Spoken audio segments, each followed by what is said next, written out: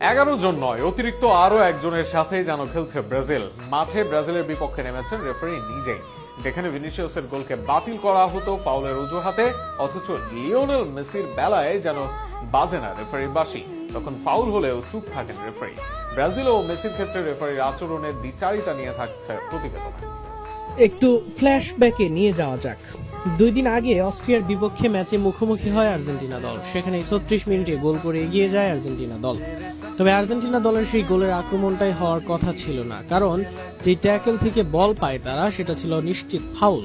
এমন দাবি আমি করছি এমনটা নয়। সুপারস্টার পিটার স্মাইকেল, ম্যানচেস্টার ইউনাইটেডের তারকার মতে এটা গোল নয়। ম্যাকঅ্যালিস্টারের বিপক্ষে খেলোয়াড়কে ফাউল করে বিল্ড আপের সূচনা করে, ফলে গোল হওয়া উচিত ছিল বাতিল। কিন্তু সেই ফাউলের ভ্রুক্ষেপ ছিল না রেফারির। 2 দিন পর এবার চুন থেকে পান খসলেই বাঁশি বাজছে রেফারির, কারণ এবার যে আর্জেন্টিনা নয়, মাঠে নেমেছে ব্রাজিল।